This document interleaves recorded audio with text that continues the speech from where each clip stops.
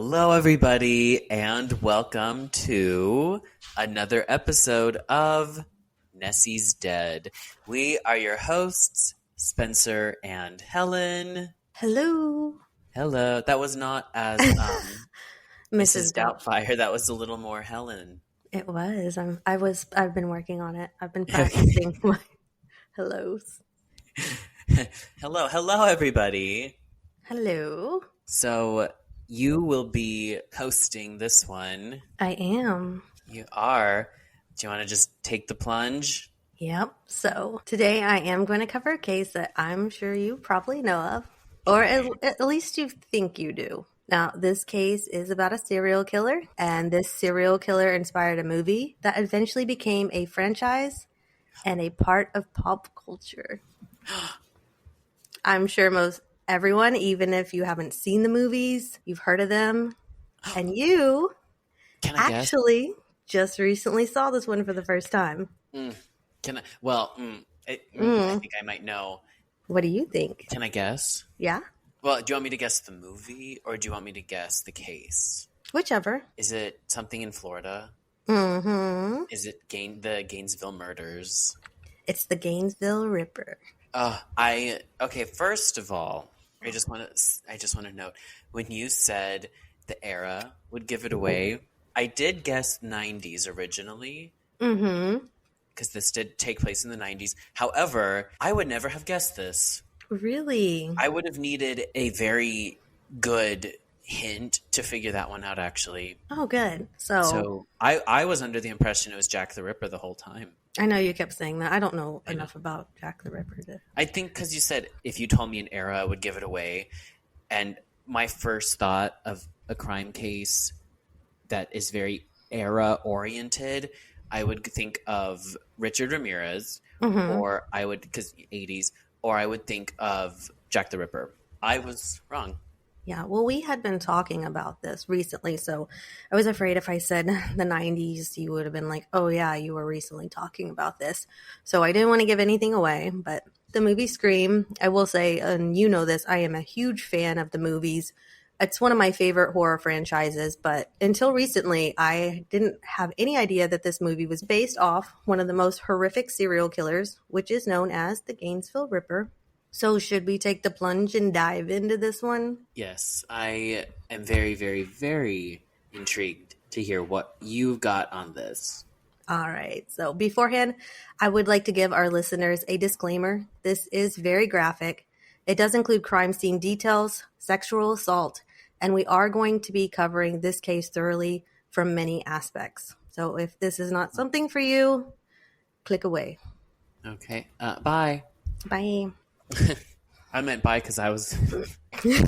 No, you're stuck. So this all starts in late August 1990 in Gainesville, Florida, at the University of Florida on August 26, when two students, Christy Powell and Sonia Larson, were found brutally killed in their off-campus apartment. This would be the first out of a total of 5 students that would tragically meet their fate within a time span of 4 days, to the hands of the Gainesville Ripper. So to start off, let's take some time to give some background about Christy and Sonia, the first whose lives were cut so short in a time when they should have been taking off to the world before them. We begin with Christy Powell. She was born November 30th, 1972. She grew up in Florida with her mother, Patricia, and her father, Frank. She also had many siblings.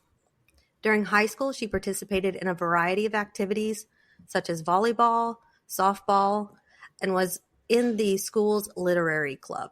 She had planned to enroll in the University of Florida and pursue a degree in architecture. Oh. Yeah. She was also described as fun-loving and very well-adjusted. During the summer of her last semester is when she meets Sonia Larson.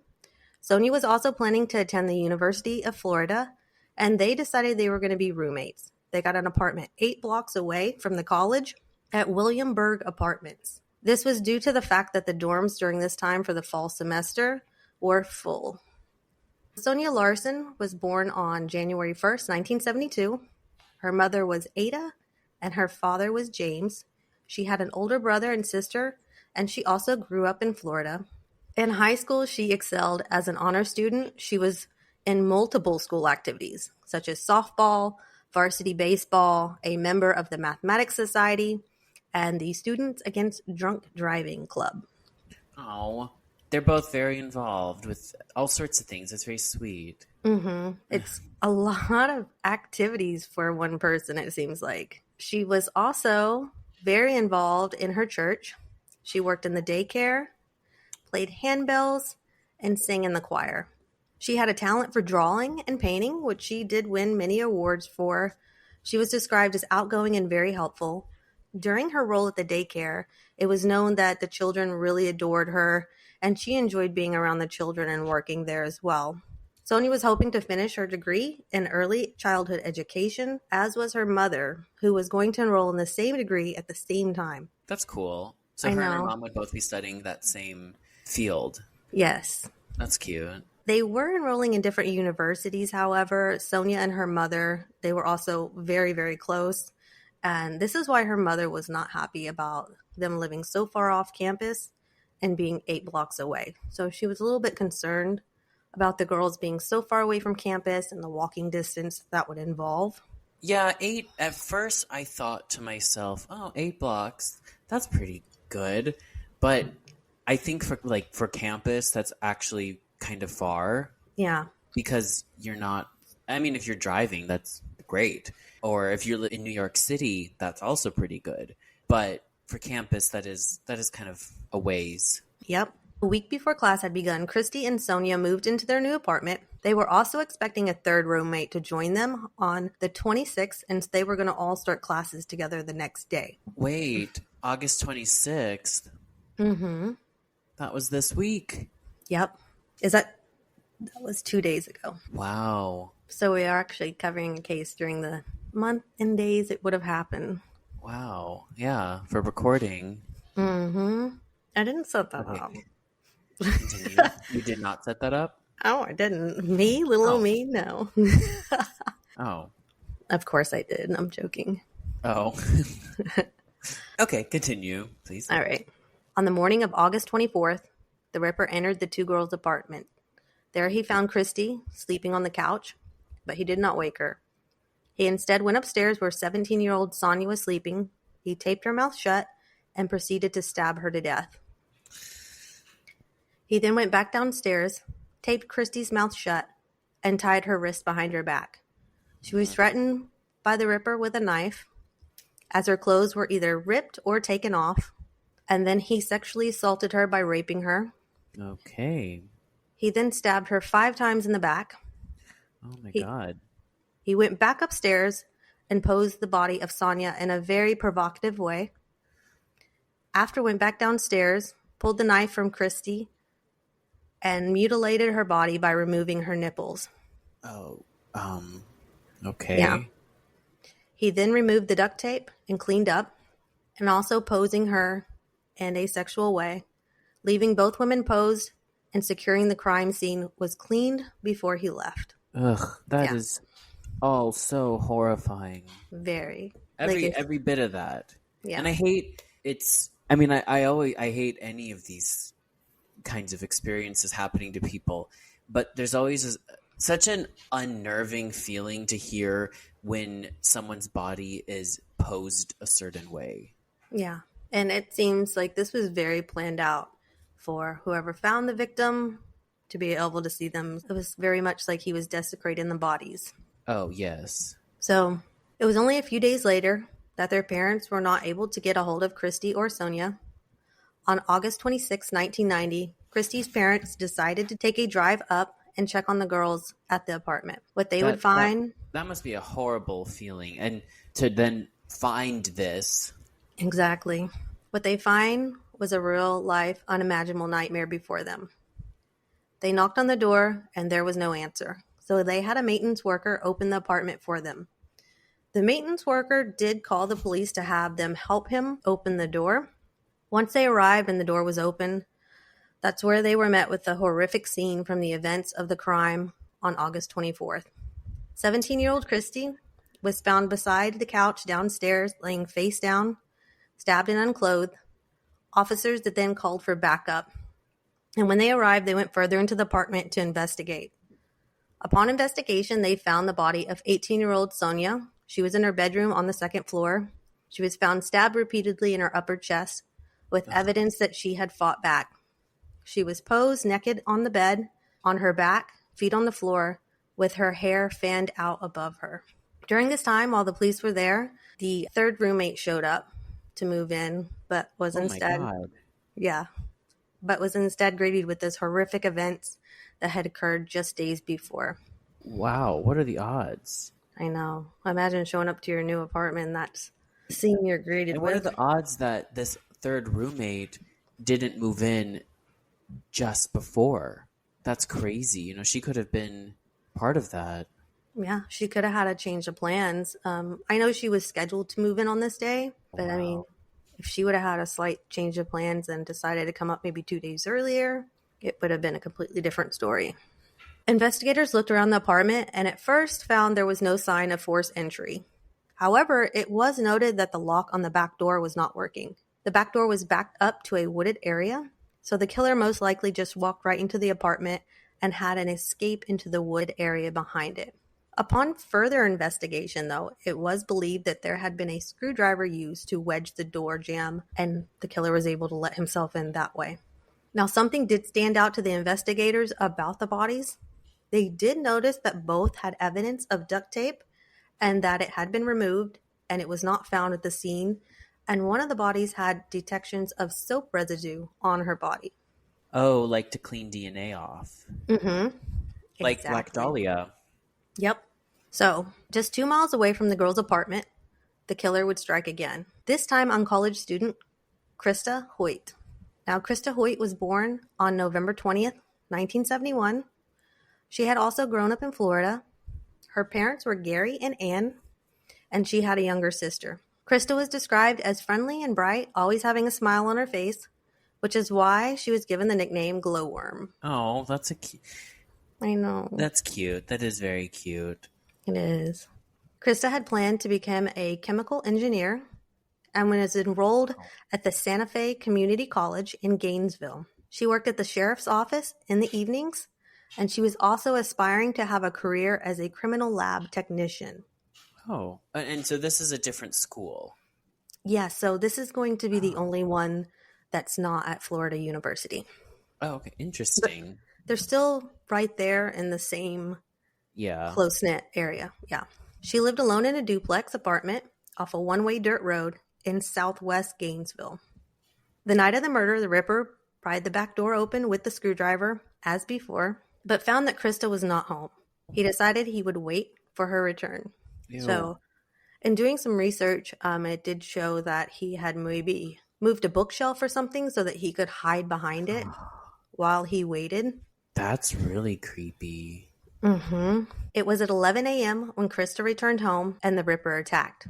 He held her in a chokehold, tied her wrist behind her back, led her to her bedroom, and just like the previous victim, removed her clothes and took advantage of her.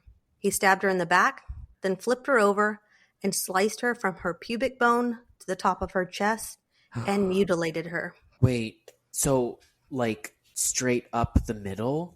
Mm-hmm. Oh my God. The Ripper then left the scene of the crime. That's when he realized that he had left his wallet. He returned back. At this point, he decided to decapitate her and pose the body. On August 26, 1990, she didn't show up for work, which was not like her at all. So 2 officers then went out to check on her. They arrived in the morning of August 27th. When they arrived, they found the body of 18-year-old Krista. This was just 24 hours after Sonia and Christy were found. Wow. She was posed in a sitting position at the end of her bed, feet on the floor, her clothes off, stabbed in the back. Her torso was slumped over, and her mutilated head was found on the bookshelf facing her body.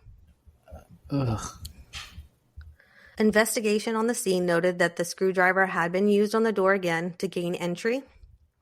The back door was facing a small yard and a small fence, and that had 3 pine trees that would have blocked the view from the intruder, so he would have been able to enter and leave with that view blocked. And a passerby would not be able to see? Correct. Okay. However, they did not find any residue or duct tape or anything that they had found at the other crime scene in that manner.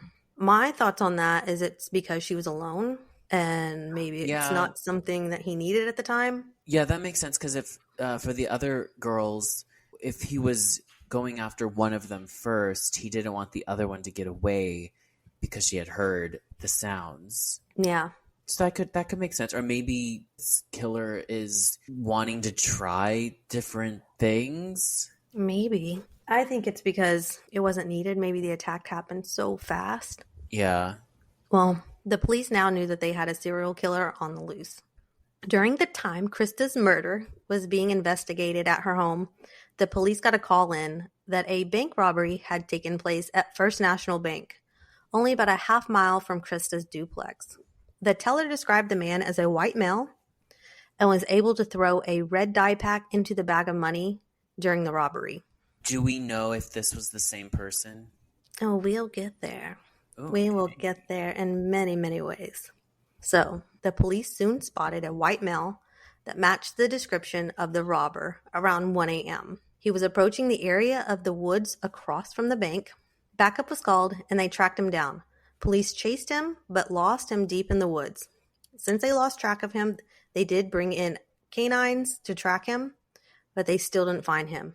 Instead, they found a small tent in the woods. Around the tent was red-stained money Oh. and the duffel bag used for the robbery. They also found a duffel bag in the tent that contained duct tape, a screwdriver, a gun with a gun box, a cassette tape with a cassette player, and a dark ski mask. Oh. The evidence was processed and sat untouched for months. Little did they know, they had the evidence right there in their possession that would lead them to identify the serial killer. Wait, why did they not act on that? Well, they thought it only had to do with the robbery. Now, although they did find the screwdriver, because they had found the gun, they didn't associate it with the Ripper because the Ripper was using a knife for the crimes. That's crazy. I know, it's very shoddy police work. That's so crazy because, I mean, something crazy is going on in your area, and only essentially down the street is a bank robbery, and the bank robber happens to have a screwdriver, and the killer in the area is using a screwdriver to get into people's house. I mean, In I the would at least same assume- area. Yeah, It was like a block from her house within the same 48 hours. while they were still processing her crime scene. Even if there wasn't a screwdriver, it's still like, okay, hey, something crazy's going on. Another crazy event just happened. Maybe it's correlated. That's horrible police work. Yeah, that you would think they would put two and two together, but that wasn't the case. The evidence really just sat there for months. So, just hours later, Tracy Palos and Manny Tobot were found dead in their apartment on the morning of August 28th. Wow. Wait, so we're at we're at 5 victims in a day and a half. It's going to be a span of 4 days altogether. So I believe we started on the 24th. Manny and Tracy, they were both college students. Tracy was born on October 4th, 1966. Her parents were Ricky and George. She had a brother and a sister.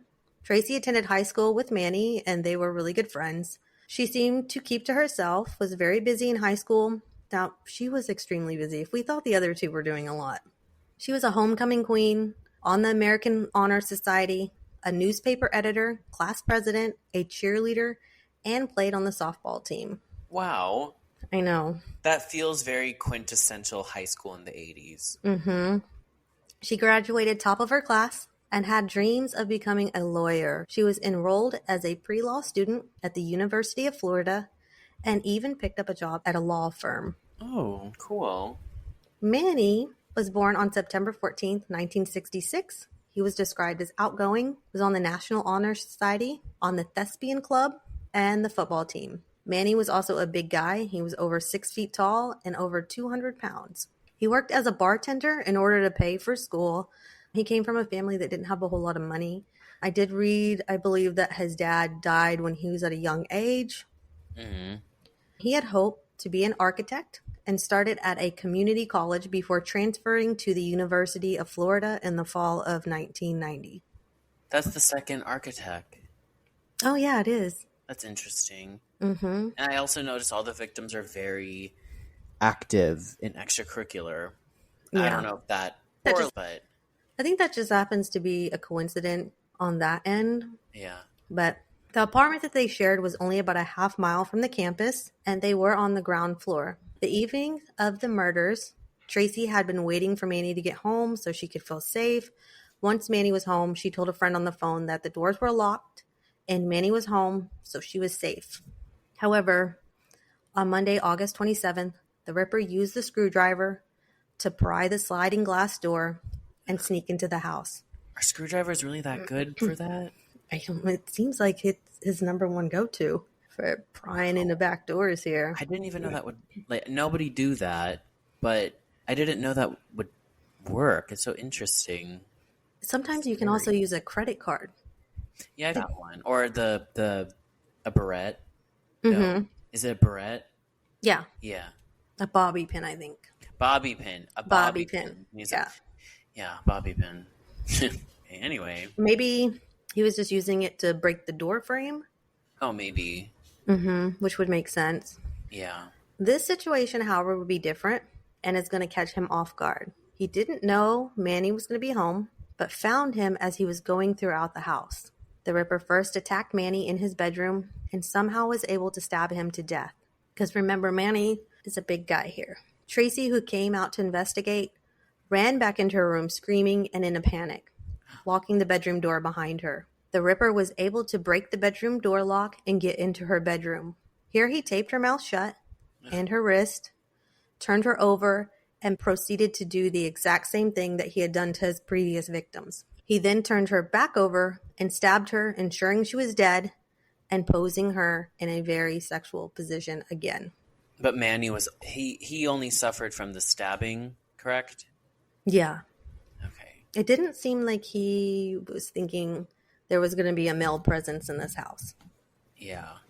On the morning of August 28th, a friend of theirs was worried about Manny and Tracy since they had not been seen on campus. With the worry of the serial killer on the loose, the friend called the maintenance man at Maddie and Tracy's apartment to see if someone could check on the apartment. Maintenance called the police to come investigate as he was worried it could be a strike from the serial killer. The police showed up at around 8 a.m. on that day. Once the police got inside, the unfortunate assumptions the maintenance man had were indeed true. Their bodies were found and they had been there for less than a day. Tracy was found on the bedroom, posed, clothes ripped from her body, and stabbed 3 times in the back. This time, soap residue was found on Tracy's body, as well as the duct tape residue. Manny was found in his bedroom. He was covered in around 30 stab wounds, and it was very clear that he had tried to fight back. Police investigated 30. It's a lot. It is. 3's a lot, but 30? Mm-hmm. Well, with Manny being such a big guy, maybe the killer just had to take as many stabs as he could to get him down. And like you said, if Manny was defending himself throughout it, and if this killer was not expecting Manny to be there, the extra stab wounds probably became from a bit of a fight. Mm-hmm. That's what I would guess. So the police investigated the apartment, and they found the screwdrivers used to force open the back door, just like the other cases. The apartment was near a wooded area with Spanish moss and pine trees covering the back door. Now we have 5 college students all murdered, all the same way, with the same evidence found at the crime scene, all located within a 3-mile radius, all had wooded areas behind them, and the victims had all moved to Gainesville 60 days prior. The women all had brunette hair, brown eyes, slender build, ranging between 5'2" and 5'6" tall. With this man, go ahead. Considering the fact that they found the screwdriver again, are the cops still thinking that the bank robber had no correlation to this? You are correct. Mm-hmm. They're doing good. They're just striving over there. With this many similarities, the police thought they could find a link between all of the victims. However, they didn't find anything that connected the women personally. Except for maybe the screwdriver. Except for the screwdriver. which leads us to believe these victims were randomly chose based on the serial killer's personal taste and the proximity in which they lived.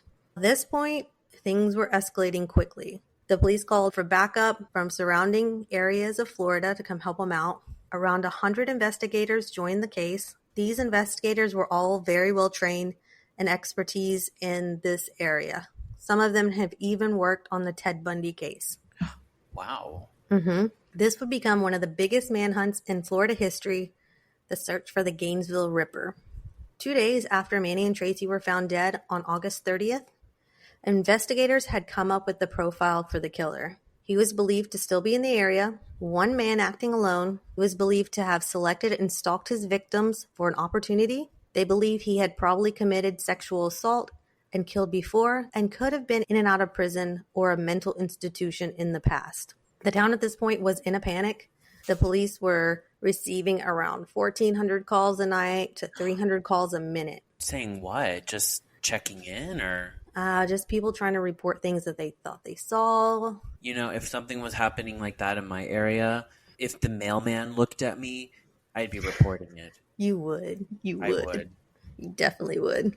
So I get it. Yeah. People stayed locked down. They armed themselves, and about 500 of the students left Gainesville. Those who stayed were given on-campus housing and provided mental health experts to help with the distress caused throughout the campus. So we've got 5 murders, 4 days. The police officers have no idea who this could be. They've called in backup to help them. Any thoughts? Anything else you want to add?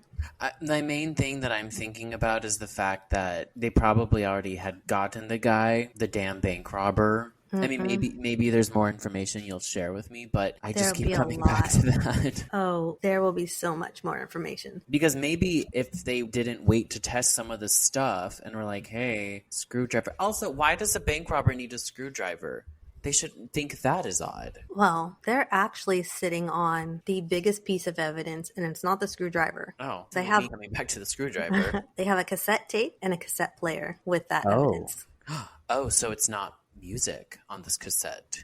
We'll find out. Oh, okay.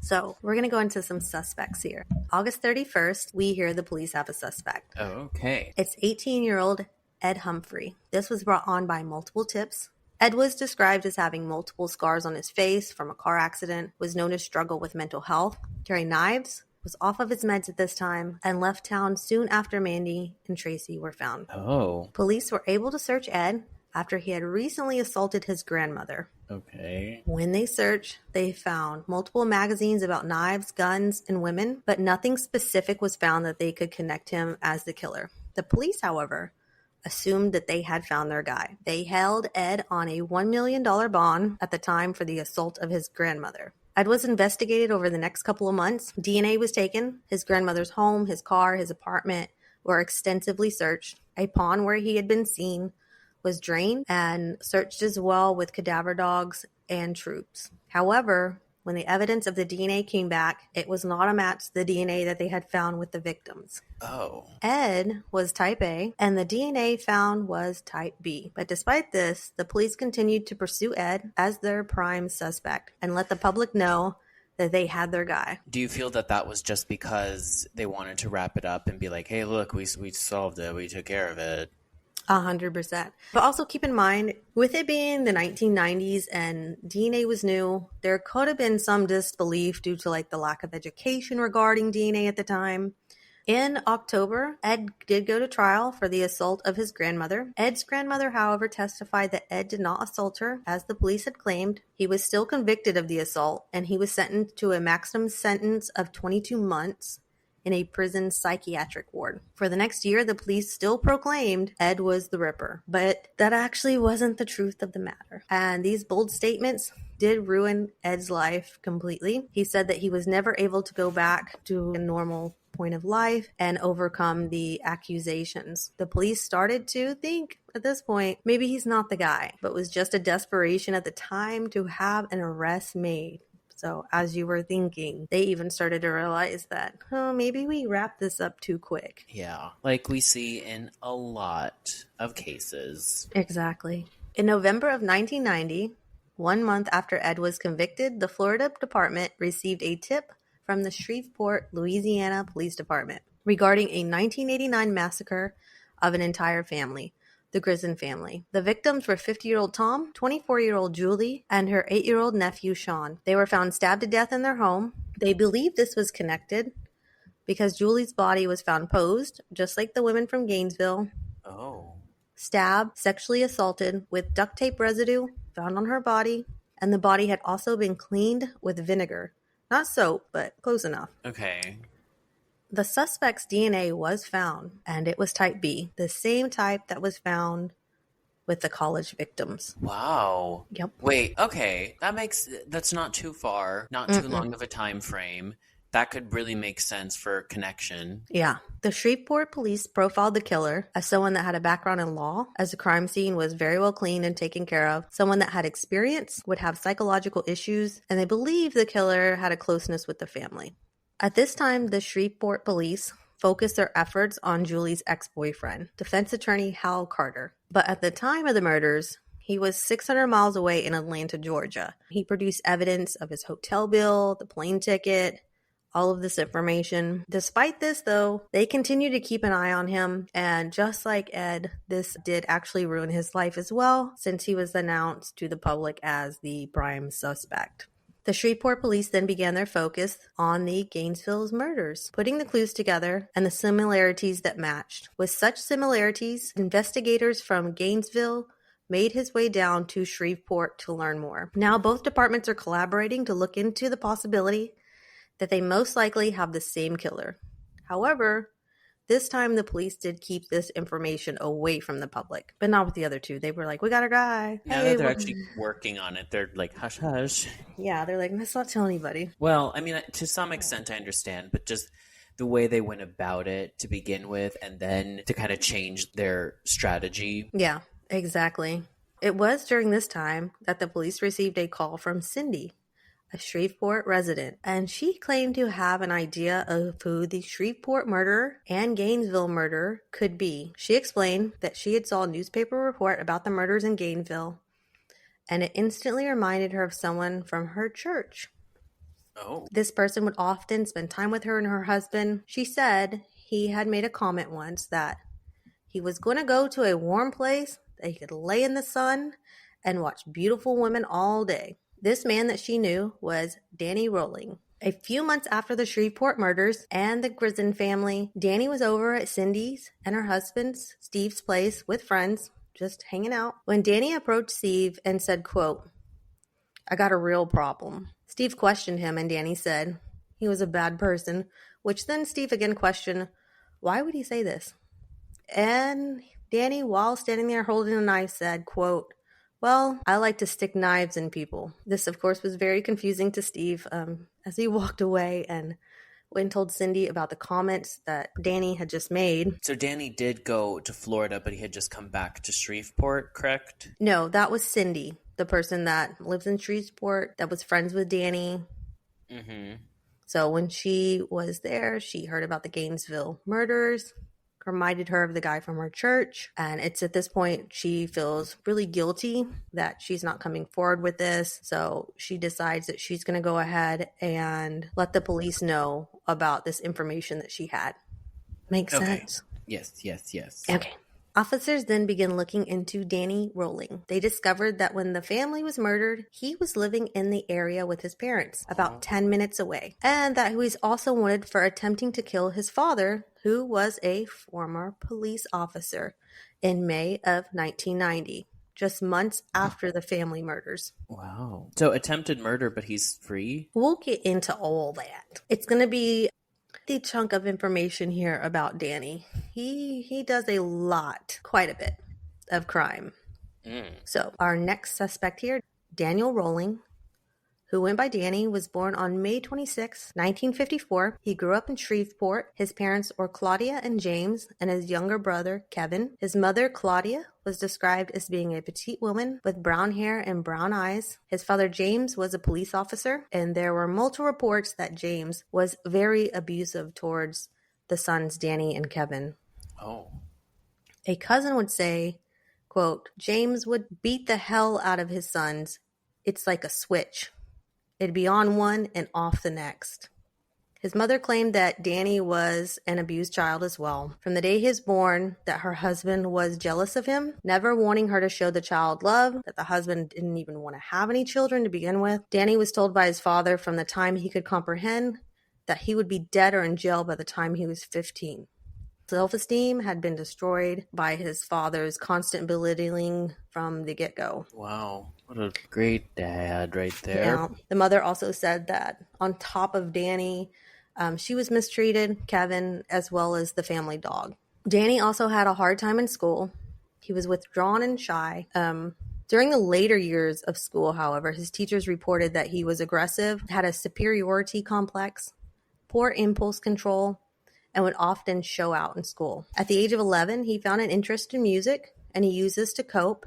He picked up guitar and singing as well. Also at this age, his mother had attempted to take her own life. This put even more anger and damage upon Danny, causing him to pick up drugs and alcohol. So, age 11, he's now doing drugs and alcohol.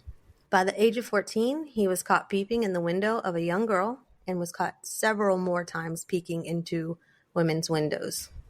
Ugh. In 1971, he dropped out of high school to join the Air Force.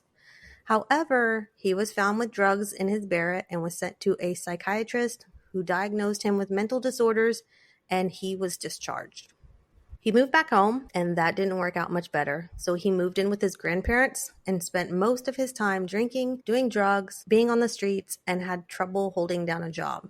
When Danny was 19, he finds religion and joined the King's Temple Pentecostal Church, who took him off the streets. It was here he would meet his wife, 19-year-old Almother Lumios. She is described as being a petite brunette and actually strongly resembles Krista Hoyt. Oh. Mm-hmm. Wow. Okay. If you also remember who is a petite brunette, is his mother. Yes. Mm-hmm. We're picking up a pattern here.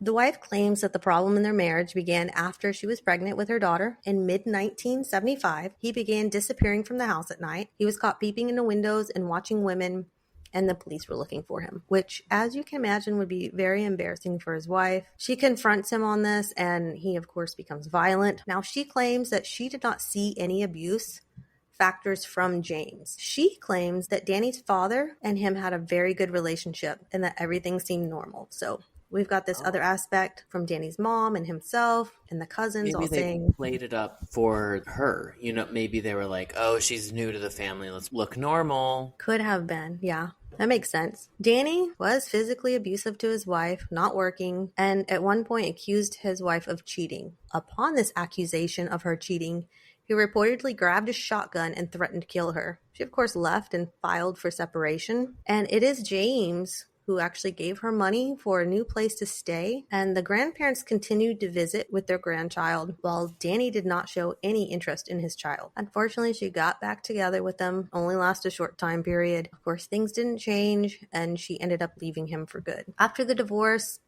he's going to be around 24 years old now. At this age, Danny's mother said that she recalls him telling her that he was more than one person. She claimed his face changed completely when he stated this. He told her that he had multiple people in his head and that one of those people wanted to do horrible things. This is where we get into a long track of crime, so buckle up. After his divorce, he went on a spree of crimes, raping a woman that looked very similar to his ex-wife, who also looks similar to the victims and similar to his mother, killing a woman in a car accident, and robbing a Winn-Dixie. With the car accident, was that intentional, or what was that about? I'm assuming since there were no charges on that, it was an accident. Okay. Because it would be the robbing of a Winn-Dixie that he was sentenced to 3 years for robbery. And during the sentence, he admits to having robbed another Winn-Dixie prior. After his sentence, he is given another sentence for the second robbery. This would have been in 1979. In prison, he was diagnosed by a psychiatrist who said, like the others, he suffered from antisocial and violent disorders. An inmate said that Danny had claimed he wanted to be known for something famous. He was transferred from his first sentence in 1980 and then transferred for another 2 years to complete his second sentence for that robbery. He was then released. Then in 1985, he robbed a Kroger, in which he ran off into the woods. He stayed the night in the woods and proceeded to steal a car the next day. He was caught in the stolen car, where he was also found with a gun that had been reported stolen. He pled guilty to these crimes and receives another 4-year sentence. At this point, he has spent most of his adult life behind bars. He does receive parole in 1988. It is here where he moves back to Shreveport to live with his parents. Here he is described by the neighbors in his family's neighborhood as being the neighborhood weirdo, often dressed in combat outfits with a knife strapped to his waist, practicing karate in his yard, jogging down the street with a log on his neck. The neighbor kids gave him the nickname Rambo. But he was very nice to the children, it seemed. He got along with them. And he would often sing and play his guitar for the children. Oh, well, that was nice of him. By May of 1990, while still on parole and living with his parents, things were not going well. And this is when Danny attacked his father. On May 18th, a simple request to roll up his car windows because it was going to rain caused an argument between the two. Danny took off, and James followed behind him with a gun. He fired 3 shots into the air, then returned to the house. Ugh. Danny returns and kicked the door in and began challenging his father. He then shot James twice, once in the head and once on the side. James did survive, and Danny was now charged, and a warrant was issued, but Danny was nowhere to be found. Oh. On the same night of May 18th, Danny also broke into a couple's home and held them at gunpoint, telling them he had just shot his dad and needed money to get to Dallas. The husband was able to get... I know. We got to mention in here. A little one. Yeah, first Dallas mention, I think, on the show. I think so, too. There we are. Wow. So the husband was able to get Danny to put his gun down, but Danny pulled out a second gun and steals $21 from the wife's purse. 21? $21. Okay. All that for 21? All that for $21. Danny's car was found the next day at a Motel 6. The police stalked the hotel, but it was found that he never actually checked into this hotel. Danny's next move was in September the 7th, as he was arrested in Florida for robbing a Winn-Dixie store. He loves to rob Winn-Dixie.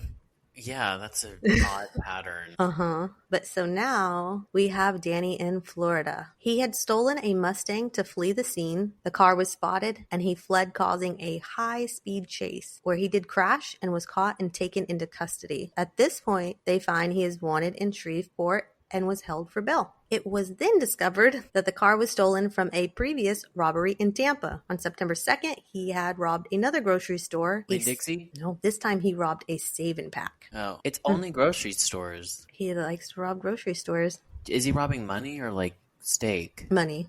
Oh, okay. Now here the police catch him and they fire at the car that Danny was in, but he does get away. He then goes to rob 3 apartments. Now what was weird is when he left each apartment after the 3 robberies, he left a banana peel on the chairs. What? Yeah. I wonder if that was a calling card. Maybe he thought he was going to start something there. Yeah. Kind of like when serial killers leave little things, like smiley face killer. Yes. Smiley faces. Maybe he was starting up something. He was like, mine's going to be a banana peel. I mean, I guess he could get as many bananas as he would want with all the grocery stores he robbed. The Winn-Dixies he was holding up. That's so odd. I wonder if that's what it really was. Or if it was like, why else would he do that? I don't know. That's so strange. I think maybe he was starting to... Remember, he did say he wanted to be famous. Maybe he thought robberies was going to be his thing. He was going to be like the banana thief. So after this, when officers investigated where the car was stolen from on September 2nd, they found it was stolen from Gainesville. It was stolen from a student on August 30th, leaving evidence that he was in Gainesville just 2 days after the last student body was found. Okay. During the time of the robberies, however, the Gainesville police still did not connect the dots that Danny could also be responsible for the murders. Okay. They did, however, do some further digging and remembered that the First National Bank of Gainesville was also robbed on August 27th. So at this point, they are just looking at the robberies themselves, and they knew that they had evidence from the campsite that they had found with the money. It's only at this point they decide to check the evidence to see if Danny was responsible for the bank robbery. When they go back to the evidence, the screwdriver does stand out to them, as the Gainesville Ripper had used a screwdriver to break into these homes. Already? But they had known this when they first found the evidence. It just now took them that long to put 2 and 2 together and connect the two. And they said this is because, like I said before, no knife was found at the scene of the robbery evidence, just the gun. And so since they were stabbings, they were like, no connection here. Now remember, there was a cassette tape and cassette player that was found at the tent scene. It wasn't until this point that they decided to pop in the tape and play the recording. That should have been one of the first things to do. Yeah, even if you think it's just a bank robber, there could be some information on that cassette. Yeah, next bank, previous bank. Yeah, so what was on it? As they played the 58-minute audio tape, they heard a man speaking on the tape. This man had a Louisiana accent and then says his full name. The rest of the tape contained Danny singing 11 original songs about outlaws, heartbreak, and one song called Mystery Rider that says, quote, "What's your name? You're a killer. A drifter gone insane. You're a rebel no one can tame." End quote. Now, this wasn't the whole thing. It wasn't just songs that were on the tape. Danny also talks graphically about how to kill a deer.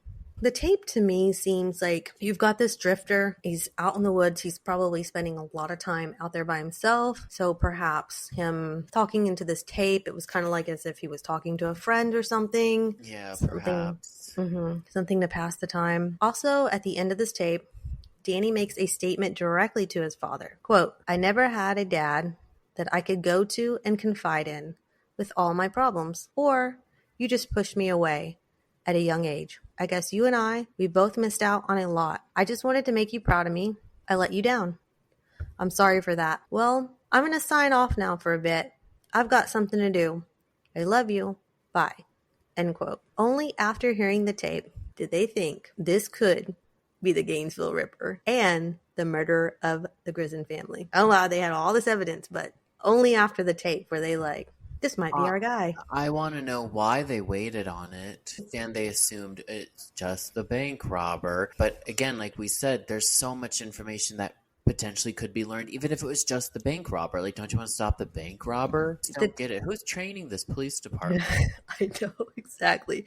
I think for anybody that listens to this case, the cassette tape is indeed the most frustrating point because it's right there. Back to that screwdriver. Well, the screwdriver too. They could have at least looked into that. Like, why does this screwdriver out here in a duffel bag with cassette tapes, a ski mask, the duct tape, and they had found residue evidence of duct tape. So they had everything right there. I have a good mind to take a look and see what that roster was for the 1990s Gainesville Police Department. Kind of good idea. Just put a face to the actions. Yeah. This episode's for you, Gainesville Police Department. Here you 1990. go. 1990. Hopefully they've improved. So exactly as we're saying, if they had just listened to the tape in the beginning when they first found this evidence, they could have caught him long before. Now, when Danny was in jail, he did have a tooth removed, I believe. So they did have a sample of Danny's blood. And guess what? It was type B. The same as the Ripper and the family murders. It was so do they still think that there's no correlation or something? No. It's at this point that they were finally like, oh, this might be the guy. Glad they could figure that out. I know it's only been a bit job. Here. It's only been a bit here. On November 15th, he was indicted for the murders of the 5 college students. He was now facing the death penalty. Louisiana authorities were also sure he was the person who had killed the family and were reviewing if they were going to pursue charges. Either way, he would be behind bars. The police were He'll be behind those jars, guys. The police are now putting together a timeline of his tracks and tracing him back from the night of May 18th when he attempted to kill his father. So this might cover a little bit of what we've already talked about, but just to give an idea of how fast he was traveling and where he was during these time periods, they did track him to Kansas City, where he stayed in a hotel in June. This time, when he was here, he did rob a couple and stole their deceased son's identification amongst other items. He left Kansas City on July 10th and traveled to Florida and used the deceased son's identity, Mike Kennedy.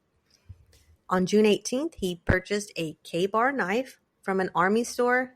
This knife matched the murder weapon that was used to kill all 5 students. Oh, wow. On July 22nd, he traveled to Sarasota, Florida, stayed in a local hotel, and bought a handgun from a private seller. On August 17th, he took a bus to Gainesville and checked into a hotel as Mike Kennedy and checked out on August 23rd. After that, they couldn't find any more hotel stays, which does give them the conclusion that this is when he started staying at the campsite in the woods, which on August 28th was discovered after the bank robbery. It was on August 30th, so this is after the murders.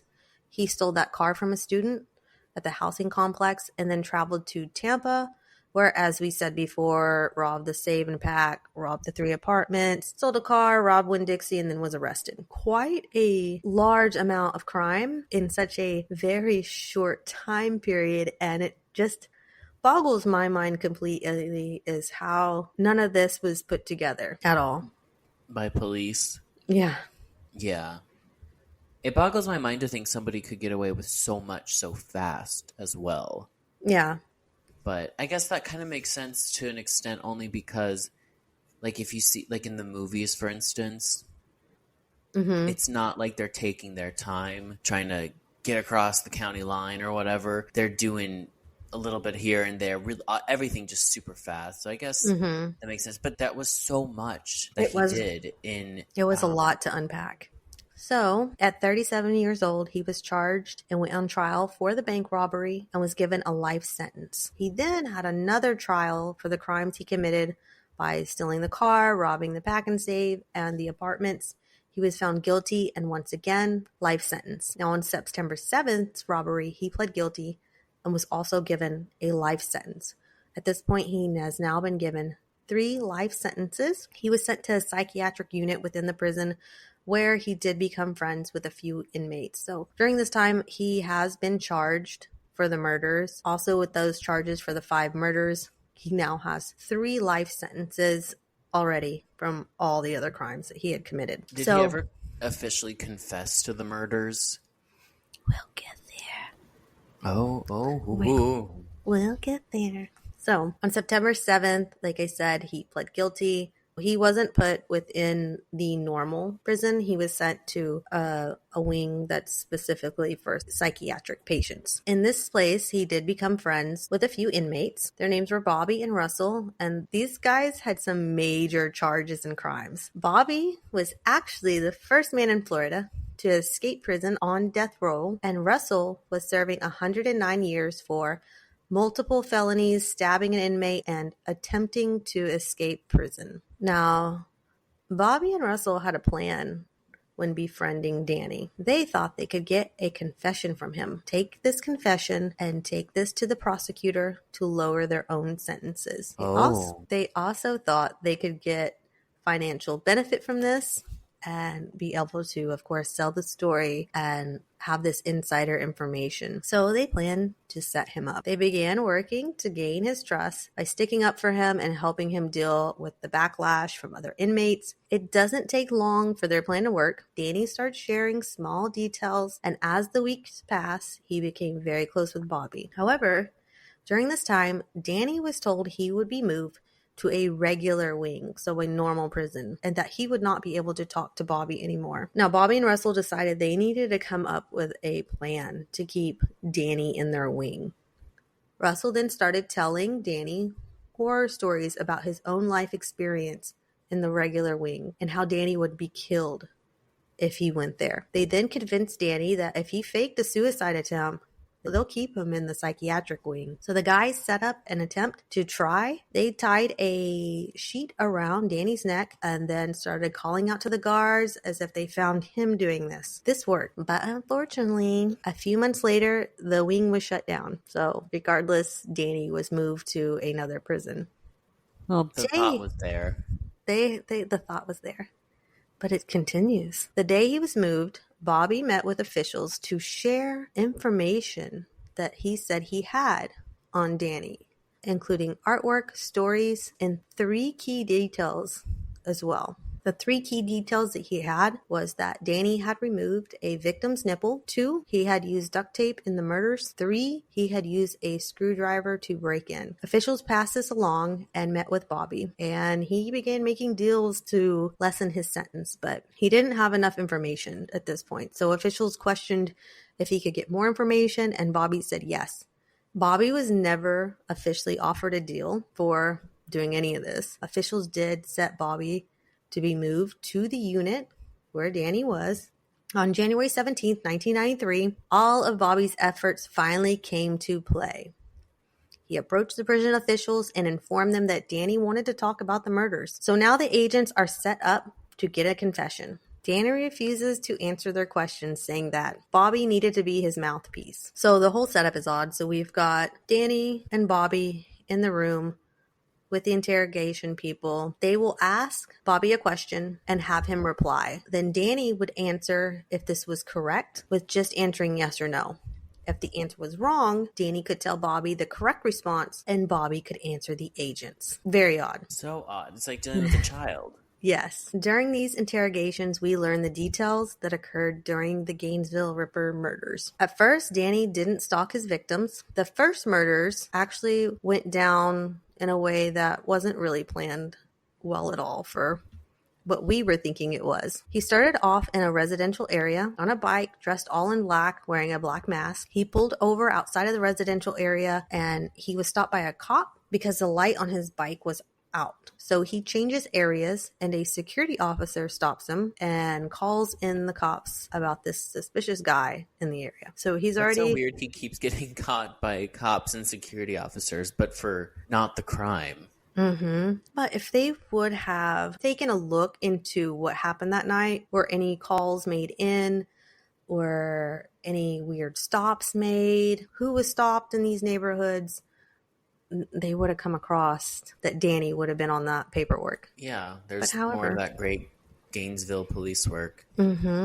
At the point of being stopped by the security officer for being suspicious, he then redirects himself and finds the apartment of the 2 girls. At 3 a.m., he broke into Krista's and Sonia's apartment. He didn't know who would be there. It was completely random, he said. And he did share the details we've spoke about, and that, of course, matches the evidence at the crime scene. Then, around 10 p.m., August 25th, he left his campsite, again, dressed all in black, carrying the things that he would need, his little screwdriver, the gun, the knife, duct tape, all of that. Now, this time he did have a victim picked out. He had seen Krista Hoyt while peeping into her windows the night before. After this murder, he said he had even called the police to report his wallet had been stolen. Remember that wallet he left? Why did he call the police to report the wallet? See, it has the identity of Mike Kennedy in it, not his. The stolen identity. Yeah. So I'm confused, maybe because he got pulled over for having that headlight out the night before on his bike, and he probably used Mike's identity since he was on the run at that point for the attempted murder of his dad. Yeah. So they may have put 2 and 2 together and started looking for him based off of what he looks like. I'm not sure. Oh my gosh. He thought That's crazy.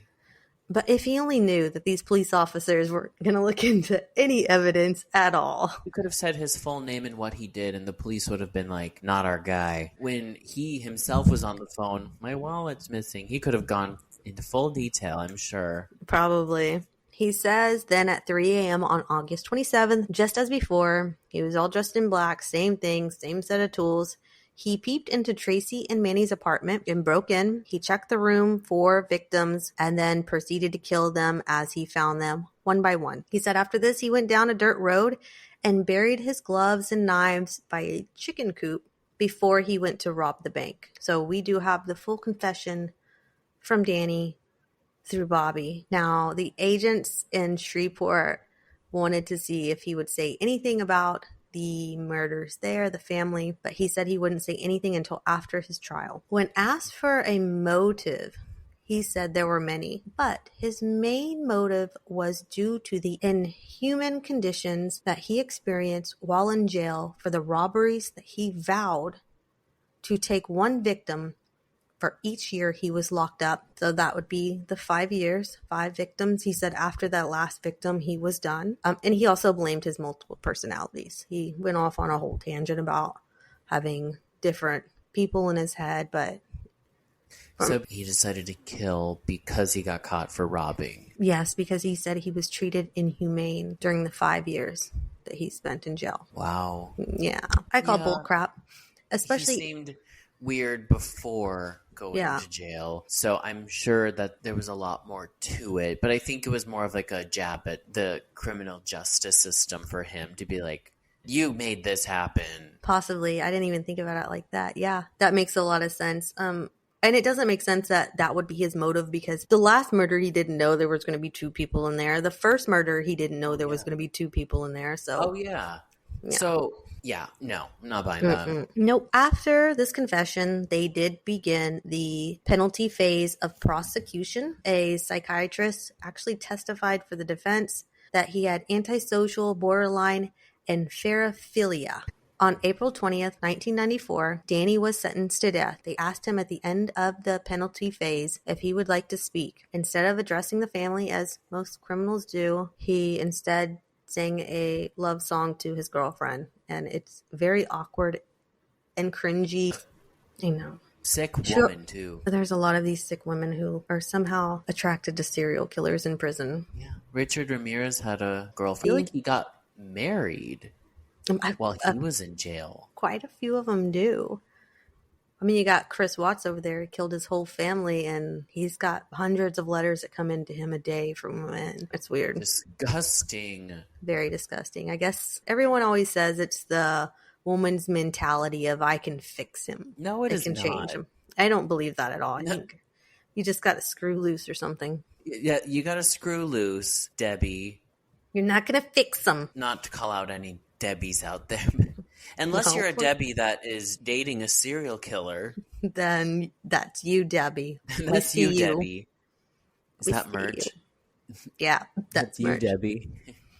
Anyway. So, shortly before he was executed in Florida for the series of killings in Gainesville, Danny Rowling claimed responsibility for the Shreveport murders, handing his spiritual advisor, Reverend Mike, and Florida police a handwritten confession and apology. On October 25th, 2006, Danny Rowling had his last meal of lobster tail. He sang gospel hymns, but made no statement immediately before his execution, which was witnessed by many of his victims' relatives. Danny Rowling was executed by lethal injection at the Florida State Prison. I hate that he had lobster and went out after some gospel music. Well, I think they all get that last meal. I mean, I just hate that his was lobster.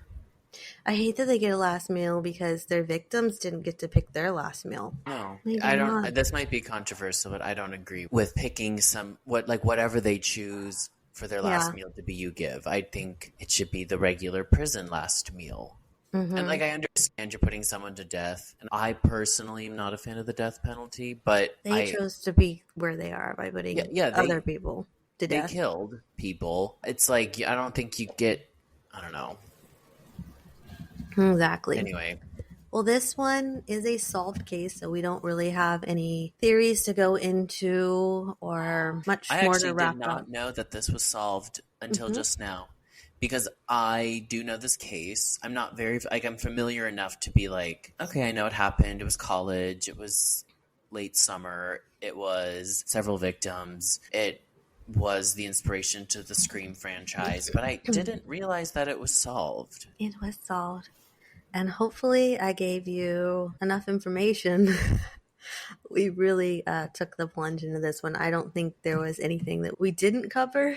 There was actually quite a bit that I had to go and scrap and leave out because this would be a 2, 3, 4-parter if we would have left everything in. So I tried to sum it up to the best of my capabilities. Well, good job. But still keep all the really important stuff in there. I do have a question. Do you know how this inspired the Scream movie? Because the Scream movie's not really that based on it at all, I feel. There was a couple of factors. I see some of the similarities, but maybe he had a mask on and wore all black. He did. the killers in Scream are in Halloween costume. Well, the things And that we're taking from it, you've got a man in all black with a knife killing students. In Scream, they used high school students. In Gainesville, you had a whole community that was terrified. The college community. In the Scream movies, you had the whole community and the high school community that was terrorized. You had murders that were happening very fast in a very short time period.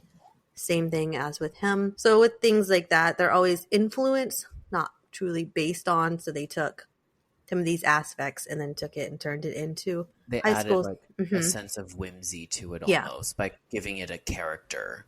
Yeah. And making it very based on scary movies. Yeah. So they took whoever did the Scream movies, probably knew of this case and popped a light bulb in and said, what if instead of college, it was high school?